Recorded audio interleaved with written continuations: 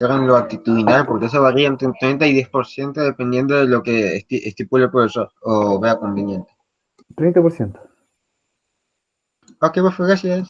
Ujú. Y por lo que no tengo entendido, recuerdo es que ese actitudinal basta con que entregas las notas y asistan de manera moderada a la clase. Exactamente, sí. Sí, participan, porque es difícil hacer participar a los estudiantes en este formato. La mayoría apaga la cámara y el micrófono. Y muchas veces lo que ocurre es que uno dice, ya, ¿me puede responder la pregunta? Y responden por el chat y dicen que el micrófono está malo, que la cámara está mala, o que justo está en el baño, o que justo se está preparando un café, o que entonces es muy, muy difícil medir la participación de los estudiantes, pero sí se mide en la conectividad y por supuesto en el envío de las tareas, por lo menos ahí. ¿Bien? Eso, así que yo le doy un 30% por lo menos eh, a la parte actitudinal. Ya chicos, entonces la guía 8 por favor, ábranla en sus computadores y el problema decía lo siguiente, una persona adulta promedio tiene una masa aproximada de 70 kilogramos. Letra A. ¿Qué fuerza ejerce una luna, cierto, llena sobre ella si está directamente arriba con su centro a 378.000 kilómetros? B. Compara esta fuerza con la que la Tierra ejerce sobre la persona. ¿Qué podemos predecir respecto a este problema?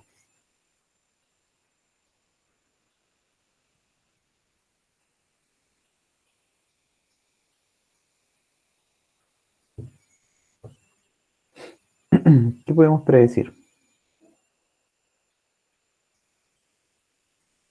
acerca de las fuerzas gravitacionales de la Luna sobre la persona y de la Tierra sobre la persona? Que dependiendo de la distancia y la masa de cada, por así decirlo, partícula que participa en este movimiento fenómeno físico, se, se ejercerá en una o en otra mayor o menor cantidad de fuerza. Y específicamente en este caso, ¿qué ocurriría, Octavio? Es que tengo que buscar el ejercicio de un momento. Deje buscarlo. Tengo que ver la guía. Un momento. Reitero la No, pregunta no, para todos. Físicamente, ¿qué podríamos predecir? ¿En cuál de los dos casos la fuerza gravitacional es mayor? el de la Tierra, ¿no? Porque si la fuerza que aplica la Luna sobre la persona es mayor a la fuerza que ejerce la Tierra sobre la persona, en teoría estaríamos siendo arrastrados hacia la Luna ahora mismo. Ujú, exactamente. Pero como estamos en este caso en la superficie terrestre, la Tierra, mediante la fuerza peso, ¿cierto? Ejerce una fuerza gravitacional sobre nosotros, ¿cierto? Nosotros, en este caso, como estamos a una distancia respecto al centro de la Tierra, obviamente más cercanos a esta, sentimos una fuerza gravitacional mayor en la Tierra que obviamente la fuerza gravitacional que ejerce la Luna sobre nosotros. Asimismo, como la distancia de separación entre la Luna y la persona es grande, también la inercia o la masa, en este caso de la Luna, respecto a la de la Tierra también es menor. Entonces, sí o sí, independiente del punto de vista de las variables asociadas a la masa y la distancia de separación al cuadrado, siempre la fuerza gravitacional para este problema físico que ejerce la Tierra sobre la persona será mayor que la Luna ejerce sobre la persona. ¿Quedó claro para todos? Sí, profe. Sí. Muy bien. Entonces, yo traje los apuntes listos, ¿ya? Para avanzar más rápido. Entonces, si miramos en la pizarra, nos damos cuenta de que, bueno, la masa de la Luna es 7,35 por 10 elevado a 22 kilogramos, la constante de gravitación universal. Obviamente es una constante universal para todos los sistemas de cuerpos celestes del universo, y es 6,67 por 10 elevado a menos 11 newton metro cuadrado kilogramo cuadrado. Entonces vamos a buscar la fuerza que ejerce la Luna sobre la persona, es decir, una fuerza gravitacional, que es lo mismo, y sería el producto de la masa de la Luna y la persona sobre la distancia que la separa al cuadrado. ¿Separa quién? A la Luna y la persona respecto al centro de la Luna. Por supuesto, todo eso es proporcional a esta constante. Reemplazamos los valores numéricos de G, de la masa de la Luna, y, por supuesto, ¿cierto?, de la persona. Deme un segundo. Aquí la persona era 70, pero hice el cálculo con 70, no se preocupen, no tengo idea por qué coloqué aquí 22 kilogramos, pero son 70. Lo voy a borrar enseguida, denme un momento. Vamos a borrar estos 22.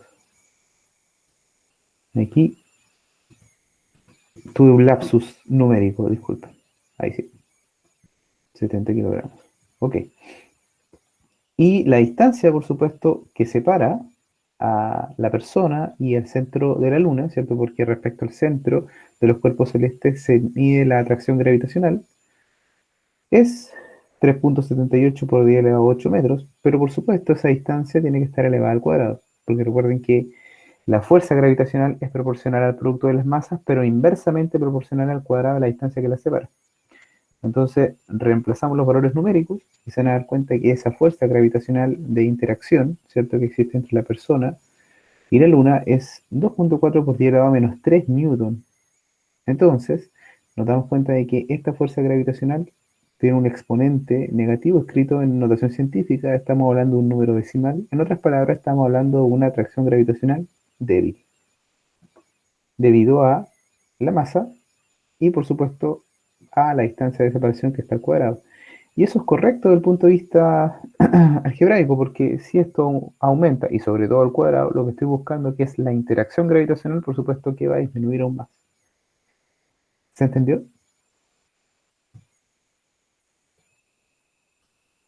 Sí, a mayor radio, menor fuerza de atracción gravitacional, ¿no?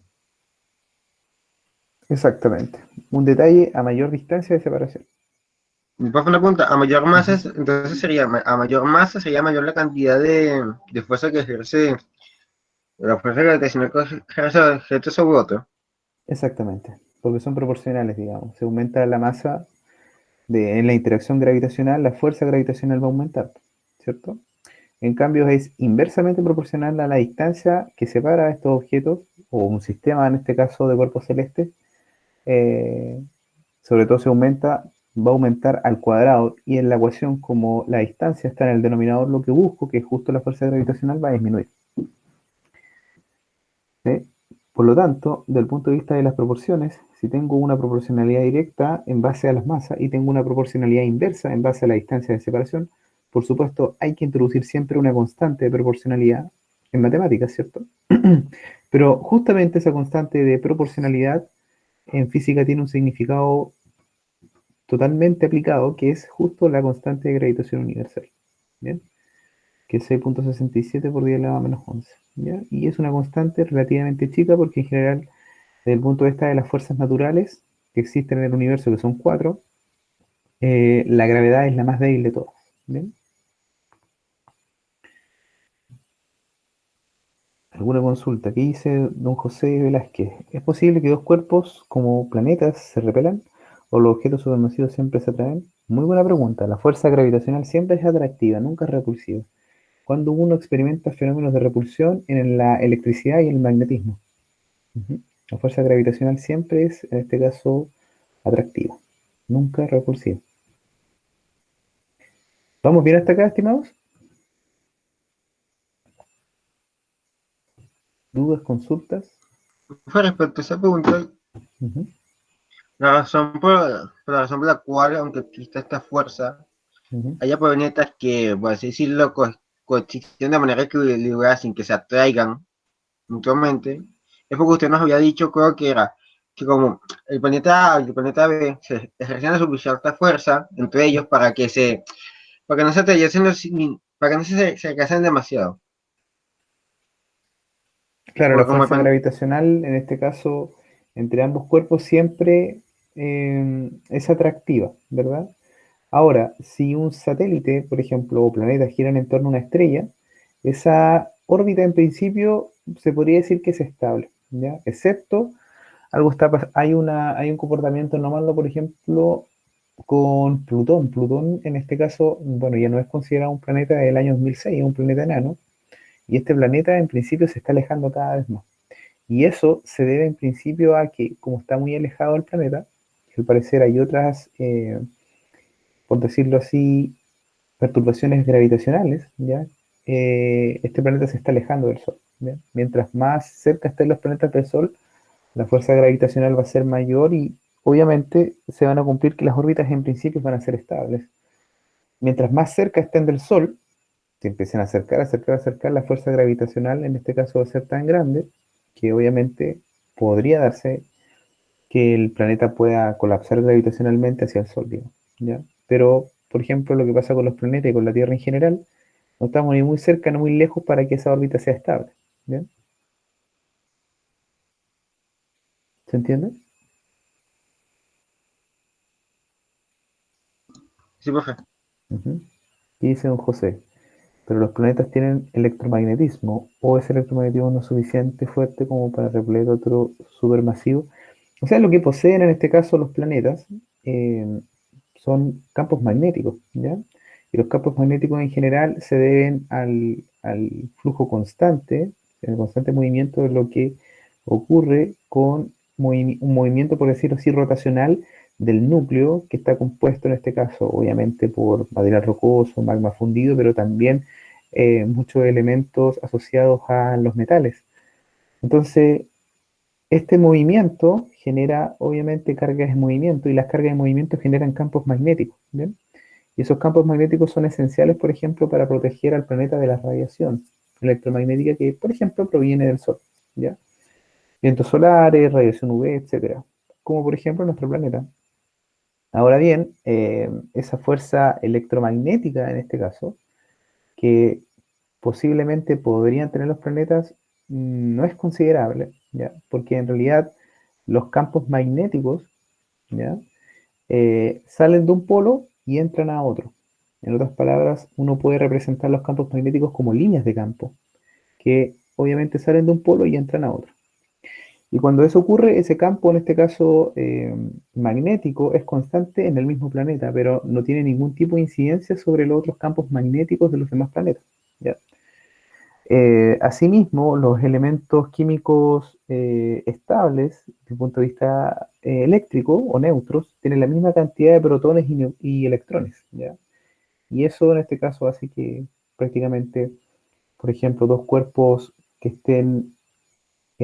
no estén cargados, en otras palabras, que no tengan exceso de protones o electrones, o que no sean positivos o negativos, es decir, que sean neutros, nunca van a sentir ningún tipo, en este caso, de atracción electromagnética, ¿ya? Exactamente, Felipe, muy bien. De hecho, pasa algo interesante, porque si uno analiza los fenómenos electromagnéticos y gravitacionales, uno podría decir, ok, tenemos una llave metálica que puede ser en este caso atraída del punto de vista del magnetismo con un imán chiquitito, ¿cierto? Con un imán podemos atraer una llave, ¿cierto? Por ejemplo, un manojo de llaves de nuestra casa. Y nos damos cuenta de que ese manojo de llaves, ¿cierto? Se pega al imán y yo puedo en este caso levantar el imán y la llave va a seguir pegada, ¿verdad? Entonces nos damos cuenta de que un pequeño imán, es decir, su fuerza electromagnética es mucho más grande que toda la fuerza gravitacional que ejerce la Tierra sobre la llave, porque la llave no se cae. Si la fuerza gravitacional fuera más grande, la llave se caería y le ganaría la fuerza electromagnética, en este caso del imán. Y es por eso que ahí, también en ese fenómeno, uno corrobora de que la fuerza gravitacional de las cuatro fuerzas, la electromagnética, la débil, la fuerte y la gravitacional, esta última es la más débil de todas las fuerzas conocidas en la naturaleza, ¿sí? Profe, pero lo que tiene la fuerza gravitacional es que, aparte de que es de largo alcance en comparación a sus otras tres, es la única que, como dice usted, solamente trae, entonces pueden sumar en vez de andar cancelándose como la otra. Sí, lo que pasa es que la fuerza, claro, lo gravitacional siempre es atractiva, ¿ya? Siempre es atractiva, a diferencia de la fuerza electromagnética que puede ser atractiva o repulsiva, si hablamos, por ejemplo, o analizamos fenómenos relacionados a cargas eléctricas o imanes. Pero por eso yo quería hacer ese paralelo. Por ejemplo, toda la fuerza gravitacional que ejerce la Tierra sobre la llave es menor que la fuerza gravitacional que ejerce un pequeño imán sobre la llave, ¿cierto? Porque obviamente, como la fuerza gravitacional sobre la llave hace que la llave se pegue al imán, esa fuerza gravitacional, esa fuerza electromagnética, disculpen, que ejerce ese pequeño imán sobre la llave es mucho más grande que toda la fuerza gravitacional que ejerce la Tierra sobre la llave. ¿Se entiende? A eso me refiero al punto de vista de la interacción, ¿ya? Em, Perfecto. ¿Alguien tiene alguna otra consulta, alguna otra duda? Ya recuerden que esto es gravitación asociada a la mecánica celeste o a la mecánica newtoniana. Ya aquí no hay, todavía no hay nada relacionado con la gravitación o la relatividad de Einstein. ¿Ya? Cuando hablamos de la relatividad de Einstein, hay que hablar de coordenadas riemannianas, en otras palabras, hablar de geometría diferencial, hablar de espacios curvos y ese tipo de cosas. ¿Ya? Ahí obviamente hay una vinculación entre también otra área de la física que es bastante compleja, que es la mecánica cuántica relativista, que uno analiza en este caso cómo son las interacciones moleculares asociadas y atómicas, ¿cierto?, a la gravitación. Se habla de una partícula llamada gravitón que hasta el día de hoy todavía no se han encontrado los aceleradores de partículas y que podría en principio generar la gravitación, digamos. ¿Bien? Pero lo que estamos analizando acá es simplemente gravitación asociada a la mecánica newtoniana, que hasta el día de hoy se utiliza para, por ejemplo, hacer orbitar satélites alrededor de la Tierra o enviar telescopios espaciales o sondas espaciales al espacio. Bien, sigue siendo bastante efectiva. ¿Por qué los microcometas del tamaño de una lenteja son tan destructivos? ¿Ya? Lo que pasa es que hay una propiedad asociada al momento lineal. El momento lineal, en este caso, de una partícula, se asocia a la masa y a la velocidad. Entonces, cuando uno trabaja el momento lineal, que está asociado a las colisiones y a la ganancia de energía cinética, que es la energía asociada al movimiento, uno se da cuenta de que proyectiles que son pequeños tienen una gran energía cinética porque tienen obviamente una gran velocidad y es porque esa velocidad está al cuadrado. Es por eso que los balines de goma o, por supuesto, las balas, ¿cierto? Si nos damos cuenta, desde el punto de vista de su configuración atómica, son bastante pequeños, ¿bien? Pero del punto de vista de las trayectorias que pueden alcanzar y las velocidades que pueden alcanzar, obviamente, al momento de interactuar con objetos, ¿ya? Una vez que alcanzan ciertas velocidades, son bastante destructivos, ¿bien? Entonces tienen que ver con las características asociadas a la energía del movimiento y al momento lineal, ¿ya? Buena pregunta. Eh, ¿Hasta aquí vamos bien? ¿Alguien tiene alguna otra duda? ¿Consultas? ¿Comentarios?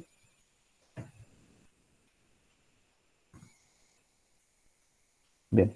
El inciso A quedó, en este caso, listo respecto a el problema 4. Y el B dice compara esta fuerza con la que la Tierra ejerce sobre la persona. Entonces, si volvemos a la pizarra y calculamos, obviamente, la fuerza que ejerce la Tierra sobre la masa, 70 kilogramos, en otras palabras, la fuerza gravitacional sería simplemente la masa de la persona por la gravedad de la Tierra, ¿cierto? 70 kilogramos por 9,8 metros segundo cuadrado serían 690 newton. Comparen esa fuerza con la de la Luna. Nos damos cuenta que la fuerza de la Tierra es mayor que la de la Luna en magnitud. Entonces se cumple la predicción que habíamos trabajado hace un rato, que obviamente la fuerza que ejerce la Tierra sobre la persona será mayor.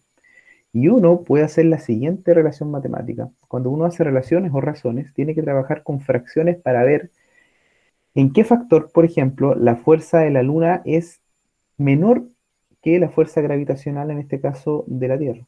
Entonces, si hacemos ese cociente, fuerza de la Luna es a la fuerza de la Tierra, obviamente dividimos estos dos factores, los newtons se cancelan y vamos a llegar a este factor, 3,5 por 10 elevado a menos 6. Y este número es un número decimal, en otras palabras, es un número pequeño.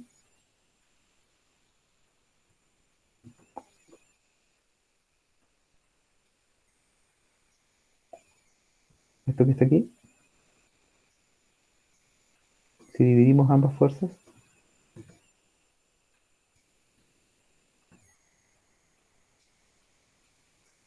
caballeros, ¿están Entonces, ahí? entonces para saber cuál es la diferencia entre ambas fuerzas, cuando una es mayor a otra, tendríamos que dividir la menor fuerza entre la mayor. Cuando queremos saber la razón. Okay. En otras palabras, ¿cuál es la proporción que existe entre la fuerza de la Luna y la fuerza de la Tierra, ¿cierto?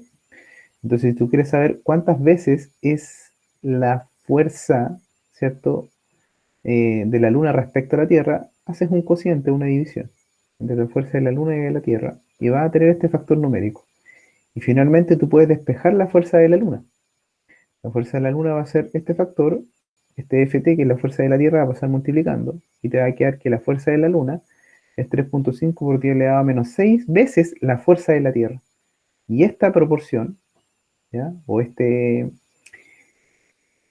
esta nueva línea de la ecuación, ¿cierto? Desde el punto de vista algebraico nos indica que obviamente la fuerza de la Luna siempre va a ser tantas veces menor desde el punto de vista gravitacional respecto a la fuerza de la Tierra.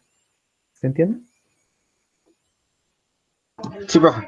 Eso, a eso me refiero, ¿ya? Cuando ustedes analizan proporciones es una muy buena forma de ver en este caso qué es lo que pasa con las variables de estudio, ¿ya? Bien, hay una pregunta que dice, ¿qué tamaño debería ser un asteroide o meteorito para tener una energía suficiente como para borrar la vida sobre la Tierra? Bueno, ya algo ocurrió hace 65 millones de años con los dinosaurios, ¿cierto? Un meteorito gigante cayó en la península de Yucatán, generó en este caso en este caso cientos de días de oscuridad, ya debido a la energía que liberó, levantó una nube de polvo demasiado alta.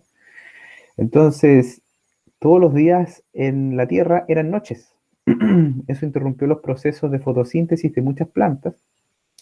Entonces, eso obviamente terminó por eh, comenzar a eliminar las cadenas tróficas o las cadenas alimenticias de los dinosaurios, ¿cierto?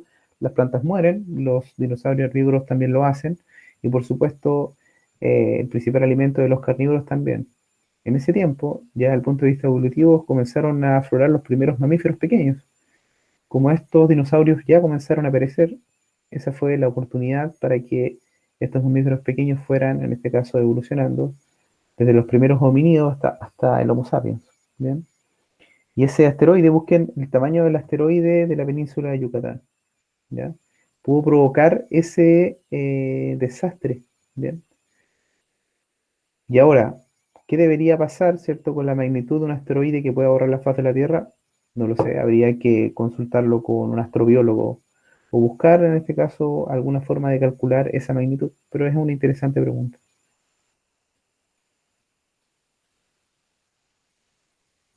¿Se entendió? Así que hay que agradecerle a ese asteroide, o si no, no estaríamos teniendo esta conversación, ¿bien? Por decirlo así, ¿bien? ¿Todo bien, chicos? ¿Consultas, dudas, comentarios?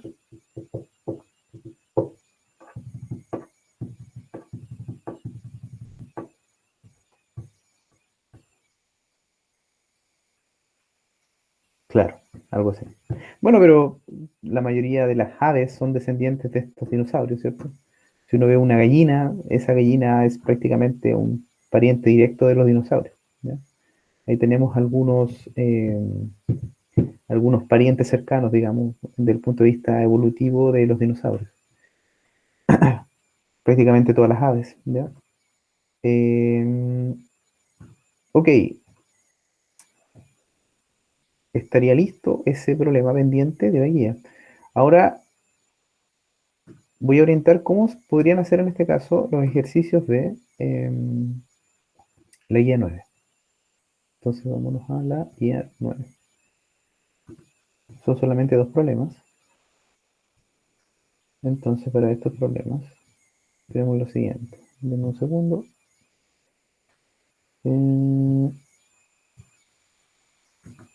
¿Está presentando? Sí.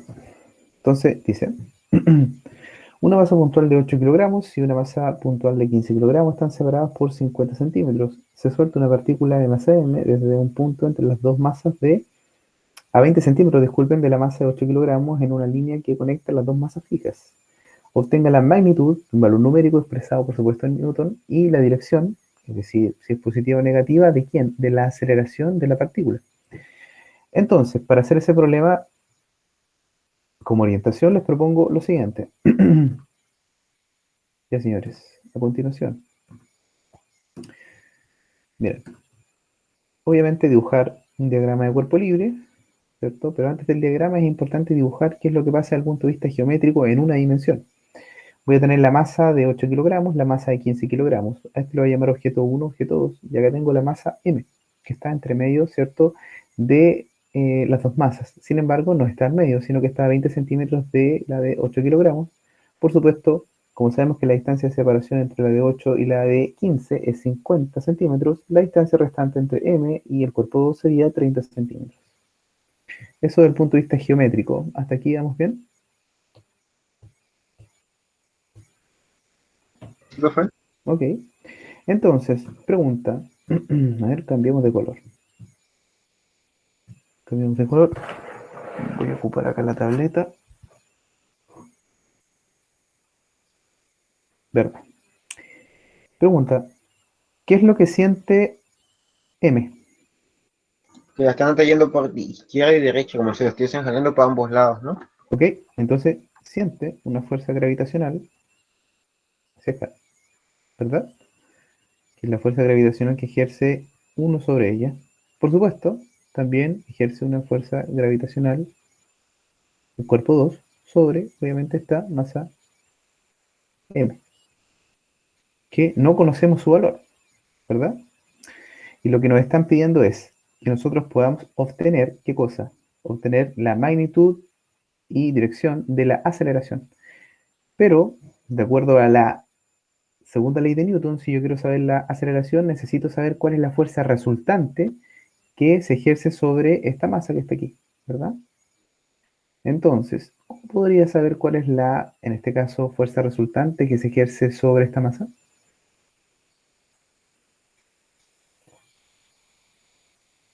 A través de la cuarta ley de Newton, ¿no? Ujú. Tendría que calcular, primero que todo, cuál es la fuerza gravitacional que obviamente ejerce el cuerpo 1 sobre la masa m. Hacer lo mismo con, obviamente, la fuerza gravitacional que ejerce el cuerpo 2 sobre m. Desde el punto de vista, en este caso, de nuestro sistema de coordenadas, vamos a asumir positivo hacia la derecha. Entonces, nos damos cuenta de que F1 va a tener signo, Positivo. Digo negativo, negativo. ya es menor que 0, y F2, Positivo. entonces va a ser mayor que 0. Ok. Una vez que tengamos, ¿cierto? ¿Cuánto vale F1 y cuánto vale F2? ¿Cierto? Tenemos que F1 va a ser la constante de gravitación, la masa de la partícula, la masa del cuerpo 1 sobre la distancia que la separa al cuadrado. Entonces nos damos cuenta de que la distancia que la separa es esto, 20 centímetros. Recuerden expresar los centímetros a metros, ¿ya? Y sabemos que esta fuerza, ¿cierto? Es negativa, entonces tiene que ser menor que 0.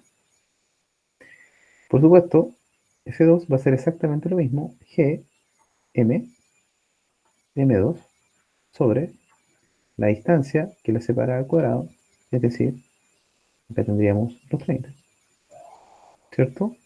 Entonces, esto por supuesto es positivo y sería mayor que 0. Bien, una vez que tengo las fuerzas gravitacionales individuales, ¿cómo podría saber cuál es la fuerza resultante que siente esta masa chiquitita?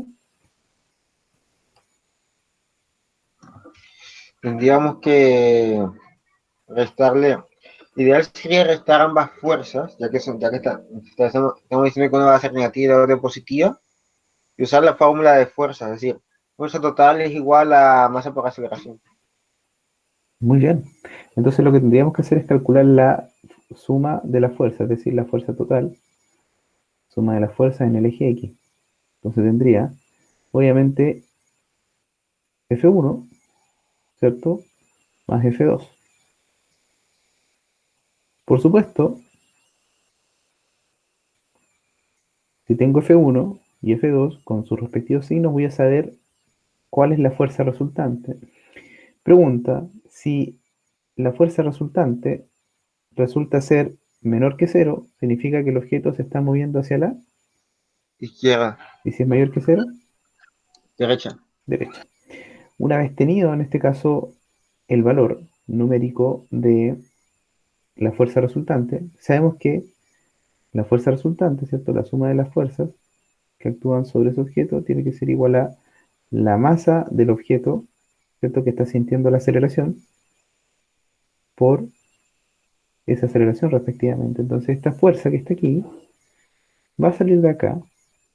Si nos damos cuenta, esa fuerza que sale de aquí, anteriormente con los valores descritos, va a estar en función en cada ecuación de esta masa m. ¿Están de acuerdo?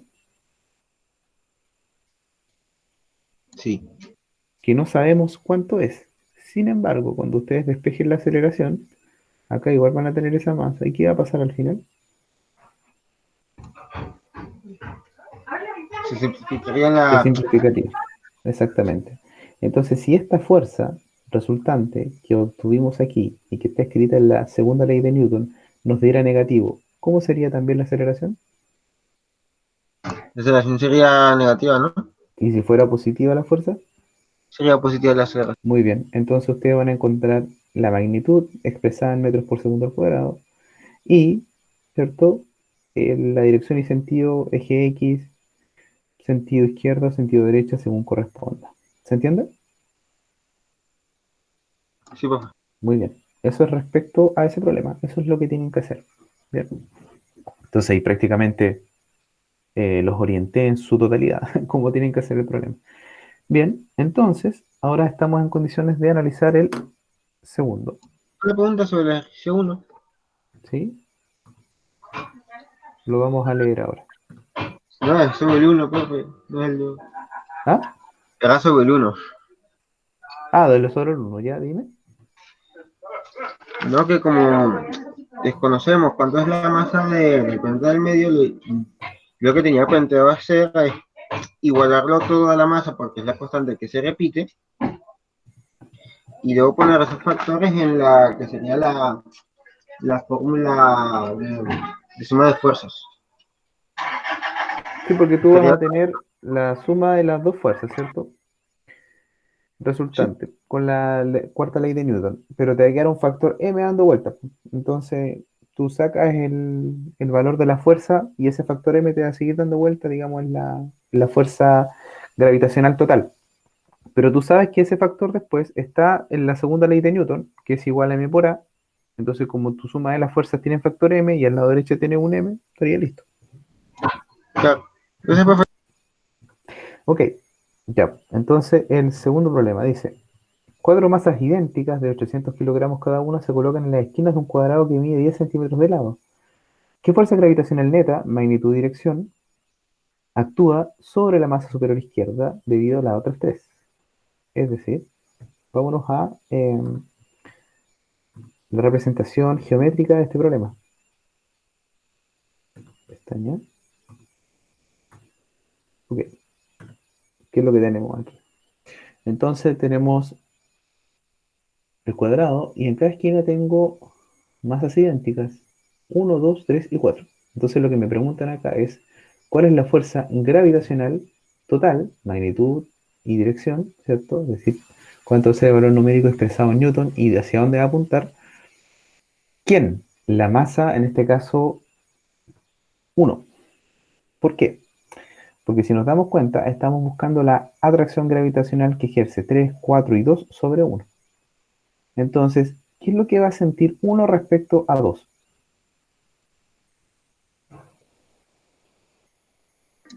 profe, para confirmar, nos están preguntando, la pregunta es ¿qué es lo que siente uno? ¿Cuál es la fuerza total que siente uno respecto a las cuatro cosas que lo están orbitando, ¿no?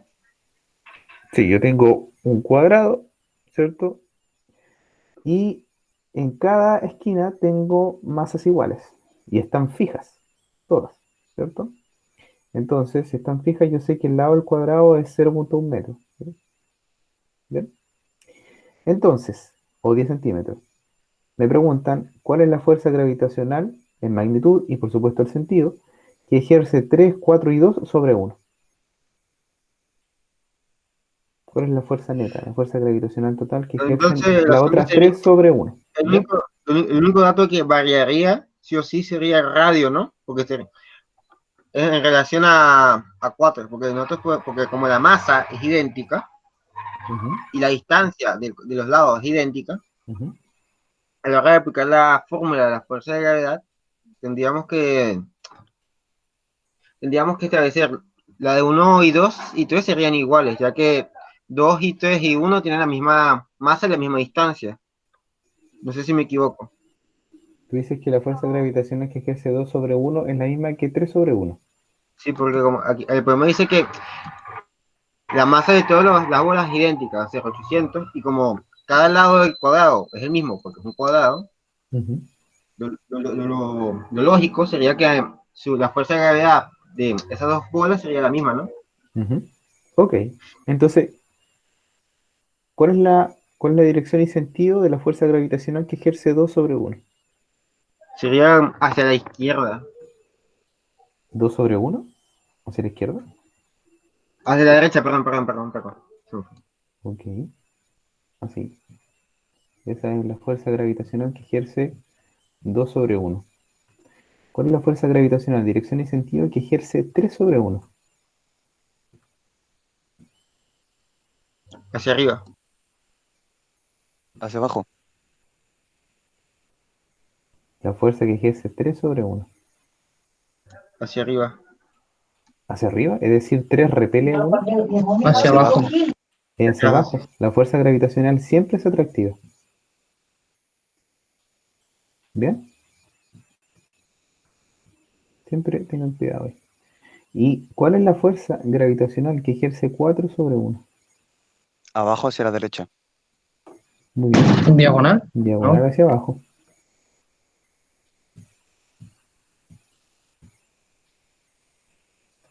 ¿Vamos bien hasta ahí? sí, profe. Sí, perfecto. Entonces, ustedes necesitan saber, primero que todo, cuál es la magnitud que siente, disculpen, gravitacionalmente uno respecto a 3, 4 y 2. ¿Ya? Entonces ustedes van a tener una fuerza resultante, una fuerza gravitacional resultante que desconocen. Y además, tienen que saber cuál es la dirección y sentido. ¿Va a apuntar hacia allá, hacia acá, en diagonal hacia aquí? No lo sabemos. ¿Bien? Algo importante desde el punto de vista geométrico es que pasa algo curioso con esta fuerza gravitacional o interacción gravitacional entre 4 y uno. Porque si nos damos cuenta, hay una distancia entre uno y 4, que es una diagonal de un cuadrado, que es distinta a la distancia del lado del cuadrado. ¿Están de acuerdo? Sí, profe. Sí. Perfecto. ¿Ya? Entonces, obviamente, con teorema de Pitágoras pueden saber cuánto es esta distancia. ¿Bien? O por las propiedades del cuadrado, es fácil. Asimismo, es importante también saber que esa diagonal, ¿cierto?, actúa como bisectriz de este ángulo recto que está aquí. Por lo tanto, pregunta, ¿cuánto vale este ángulo que está aquí? Si la diagonal es bisectriz, 45. 45 grados, muy bien. 45 grados. Entonces, nos damos cuenta de que, desde el punto de vista geométrico, ¿cierto? Y desde el punto de vista físico, porque ya sabemos el diagrama de cuerpo libre que actúa, en este caso, las fuerzas gravitacionales que actúan sobre la masita 1, estamos en condiciones de poder, en este caso, saber cuál es la magnitud, dirección y sentido de la fuerza gravitacional resultante sobre 1. ¿Bien? Por supuesto, todas las masas son iguales, tenemos dos distancias que son iguales y unas distintas. En este caso, la fuerza resultante que se ejerce sobre 1 serían tres fuerzas. Entonces, la fuerza resultante sería la suma de 3 sobre 1 más 4 sobre 1 más 2 sobre 1. ¿Están de acuerdo? Sí, profe. Muy bien. Ya realizan un sistema de coordenadas, véanlo paso por paso, ya hagan, desarrollen y expliquen sus ecuaciones en base a cada interacción. ¿Bien? Y después analicen en este caso qué es lo que pasa desde el punto de vista geométrico. ¿Ya? Como dato, también recuerden qué es lo que pasa con la suma de vectores. Si tengo un vector así y otro vector así, el vector resultante es este. ¿Ya?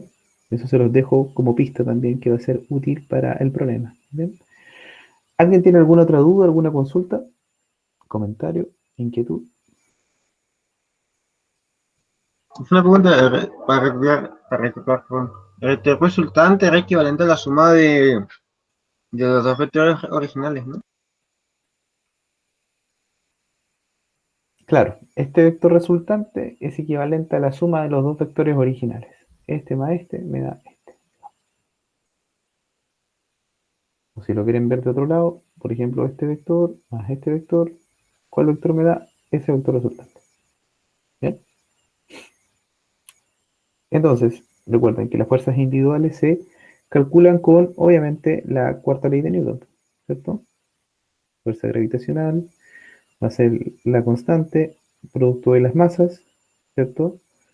M1, por ejemplo, vamos a calcular la fuerza gravitacional que ejerce 3 sobre 1. Constante M1 por M3 sobre la distancia que la separa. Llamémosle R3, por ejemplo. Y va a estar al cuadrado. Por supuesto, tienen que hacer lo mismo para 4 y para 2 sobre 1. ¿Se entiende?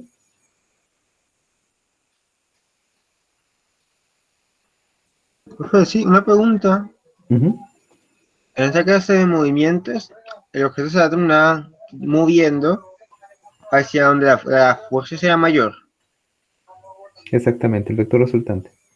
Ok. ¿Alguna duda, alguna consulta? Entonces, profe, cada vez que se haga el cálculo con su respectiva, por ejemplo, el 3, el 4 y el 2, se suman las fuerzas finales ¿Por qué? para saber la atracción que tienen cada uno Exactamente, o el exactamente, caballero. total Es con el... como hacer esto, que fue lo que vimos el año pasado en dinámica. Por ejemplo, les hago una pregunta. Si tengo esto, un objeto de masa m, ¿ya? Y aplico una fuerza de 4 newton hacia la derecha y 3 newton hacia la izquierda. ¿Cuál es la fuerza resultante? Un newton hacia la derecha, ¿no? Ya, exactamente, pero ahora lo estamos viendo desde el punto de vista gravitacional. ¿Se entiende, César? Profe, una pregunta. Ok, profe. Ujú. Digo Véanlo que siempre así, porque como estamos analizando fuerzas, siempre cuando hablamos de una fuerza resultante o cuál es la magnitud de la fuerza resultante, es decir, ok, tengo un número y si me piden dirección y sentido, quiero saber hacia dónde va. ¿Bien? Porque por eso la fuerza es una magnitud vectorial. Ahora sí, Octavio, dígame. una pregunta. En este caso, Ujú. al haber, por así decirlo, un sentido negativo, porque ya no estamos, el objeto ya no se encuentra bajo un mismo eje, sino que se encuentra en tres ejes distintos, se terminaría yendo al eje donde la fuerza es mayor. Es decir, si determináramos que el eje donde la fuerza es mayor es de la interacción que está entre 1 y 4, tendríamos que decir que el objeto se terminaría moviendo hacia el 4, ¿no? Exactamente. Muy bien. Ahí hay otra pista también. Ya, chicos, ¿algún comentario, alguna duda, inquietud? ¿Todo bien? Profe, Ujú. Dígame. bueno, en el caso de que la interacción entre 4 y 1 sea menor a la de 2, 1 o 2 y 3, como la fuerza de 2, la fuerza 2 y la fuerza 3, por así llamarla, son iguales, el objeto no tendría movimiento. Sí.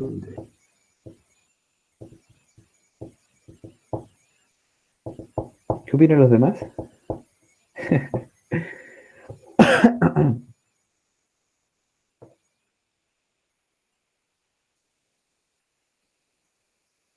¿Qué opinan los demás?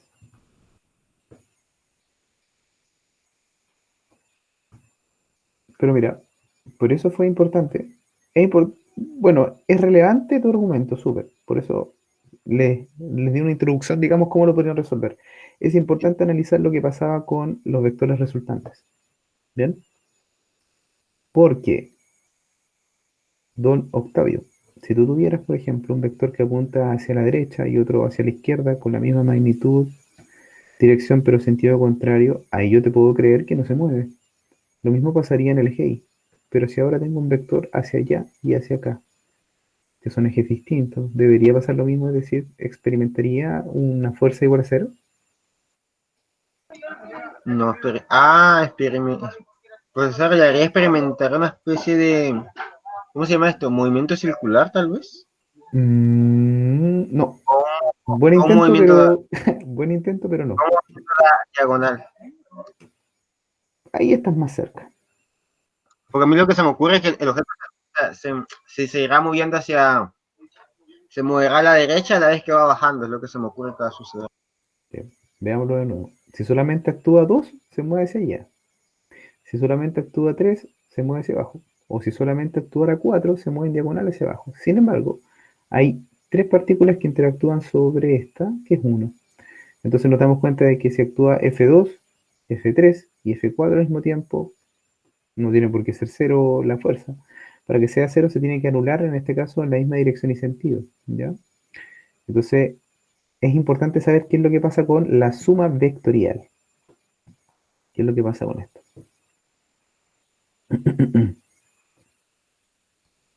Esa es la pista, digamos, que les puedo dar. Así que, don José, la suma no va a ser igual a 0. Porque para que eso pase, tendría que estar en reposo. Y no va a estar en reposo. Va a sentir una fuerza gravitacional de atracción a cierta dirección y sentido, lo cual también uno podría predecir cuál podría ser su aceleración, por ejemplo. ¿Ya? ¿Se entiende?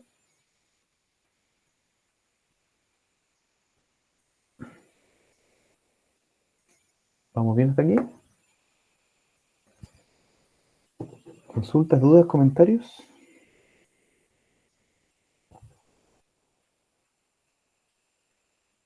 Para que vayamos finalizando la clase. No va a poder dormir, Octavio. Muy bien.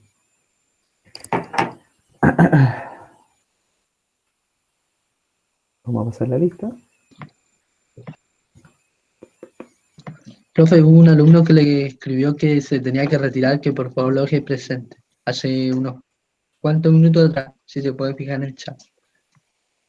Ah, sí. Sí, había visto el comentario. Señor Monacid, ¿cierto? Sí, Ángel Jesús Almonacid Contreras. Sí, está presente. No hay problema. Bien. Entonces, hasta aquí llega